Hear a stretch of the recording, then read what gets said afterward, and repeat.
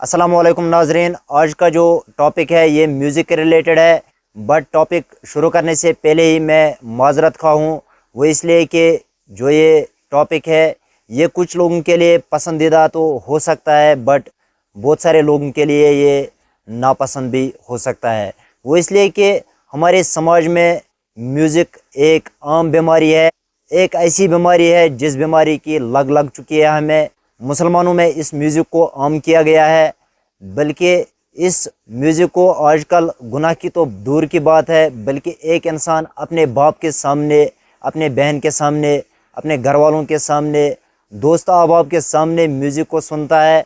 हालांकि इतने उरूज पर ये म्यूज़िक की लानत, म्यूज़िक की नहुसत पहुंच गई है कि गाड़ियों में जाओ आप, घरों में जाओ आप, या शादियों में जाओ आप, किसी भी फंक्शन में जाओ आप, दुनिया के किसी भी कोने में जाओ आप, कहीं ना कहीं आपको म्यूज़िक की बीमारी ज़रूर मिलेगी। आखिर म्यूज़िक को गुनाह क्यों नहीं समझा जाता है? इसका क्या कारण हो सकता है? मेरे ख्याल में इसका कारण ये है कि जो लोग हैं, लोगों ने अपने आप को इसमें एडजस्ट किया है। ऐसे एडजस्ट किया है कि लोगों को ये लग रहा है कि अगर मैं म्यूज़िक नहीं सुनूंगा तो शायद मुझे दूसरा इंसान पसंद नहीं करेगा।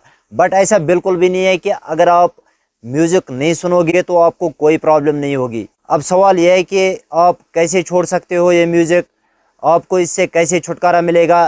पहली बात तो यह है कि आपको अपने ईमान को जगाना पड़ेगा। आपके पास जितना भी ईमान है उस ईमान को आपने ज़रूरी जगाना है। वो कैसे जागेगा? आपका ईमान ऐसे जागेगा कि सबसे पहले हमने ये काम करना है कि हमने इस्लामिक तालीमात के तरफ ध्यान देना है। हमें इस्लाम के बारे में नॉलेज को हासिल करना है।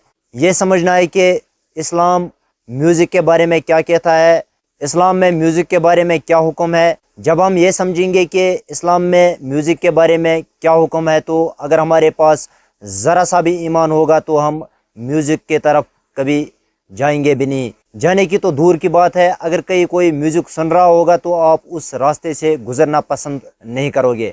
आप ऐसे समझ सकते हो कि म्यूज़िक कितनी बड़ी नहुसत है, कितनी बड़ी लानत है। बुज़ुर्ग इसको ऐसे समझाते हैं कि अगर आप एक रास्ते से जा रहे हो, उस रास्ते के सामने से दो रास्ते आते हैं और आपके मंजिल के तरफ वो दोनों रास्ते जाते हैं। एक रास्ते पर ज़िना हो रहा है और एक रास्ते पर म्यूज़िक बज रहा है। तो आपको बड़े लोग ये सजेस्ट कर रहे हैं कि आप ज़िना के रास्ते से जा तो सकते हो, लेकिन आप म्यूज़िक के रास्ते को कभी चूज़ मत कर लेना। इतना कॉन्शियस रहना है हमने म्यूज़िक के बारे में कि हमने म्यूज़िक के तरफ कान अपने नहीं लगाने हैं। हमें म्यूज़िक के तरफ लगाया गया है, हम म्यूज़िक सुनते रहते हैं और हमें ये ख्याल भी नहीं हो रहा है कि ये म्यूज़िक एक गंदी चीज़ है, इससे समाज में तबाही फैल रही है, इससे हमारा जो दिमाग है ये कमज़ोर हो जाता है, इससे जिस्मानी तौर पर हम गलत स्टेप्स उठा सकते हैं और वो स्टेप्स ऐसे हैं कि जो हमारे ईमान को हमारे दिलों और हमारे दिमाग में से खारिज कर देगा। इसलिए हम आपको सजेस्ट करते हैं कि भाई म्यूज़िक से आप दूर रहिए और दूसरों को भी आप इस चीज़ से दूर रखिए। गाड़ियों में म्यूज़िक को प्रमोट मत कीजिए, घरों में म्यूज़िक को प्रमोट मत कीजिए, फंक्शंस में म्यूज़िक को प्रमोट मत कीजिए, क्योंकि ये जो म्यूज़िक है ये हमारे घरों से दीन को निकालने का काम करता है, हमारे दिलों से ईमान को निकालने का काम करता है, हमारे माँ बहनों, भाई बहनों और तमाम तर मुसलमानों में ये इंतशार फैलाने का काम करता है। मैंने आपको पहले ही बताया था कि कुछ लोगों के लिए ये वीडियो नापसंद हो सकता है, लेकिन एक इंसान एक चीज़ को नापसंद करेगा इसका मतलब ये नहीं होता है कि वो चीज़ ख़राब होता है।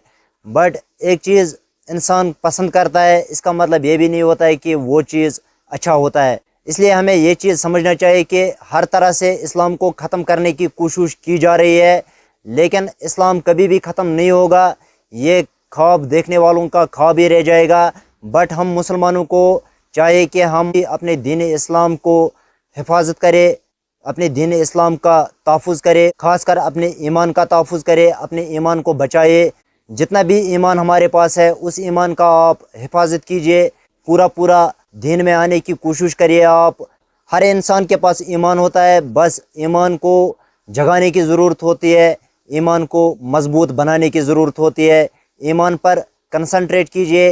ईमान ही वो चीज़ है जो आपको बेईमानी से बचाएगा, चोरी से बचाएगा, غلط راستوں پر چلنے سے بچائے گا اور غلط کام کرنے سے بچائے گا۔ کوئی واعظ نصیحت نہیں ہے، کوئی بیان نہیں چل رہا ہے، کوئی مفتی نہیں ہوں میں، کوئی مولوی نہیں ہوں میں، لیکن ایک ایمان والے کے حیثیت سے، ایک مسلمان ہونے کی حیثیت سے میں یہ سمجھتا ہوں کہ مجھ پر فرض بنتا ہے کہ اگر مجھے ایک بھی حرف پتہ ہو، مجھے فرض بنتا ہے کہ میں اس ایک حرف کو دوسرے تک ضرور پہنچاؤں، کیونکہ یہ نبی کریم صلی اللہ علیہ وسلم کا ارشاد ہے، جس شخص کو ایک حرف بھی پتہ ہو اس پر فرض بنتا ہے کہ وہ ضرور اور ضرور دوسروں کو بتائے۔ سو ویڈیو کو شیئر کیجئے اور دوسروں تک بھی اچھی بات کو پھیلانے میں شریک بن جائے۔ السلام علیکم ورحمۃ اللہ وبرکاتہ۔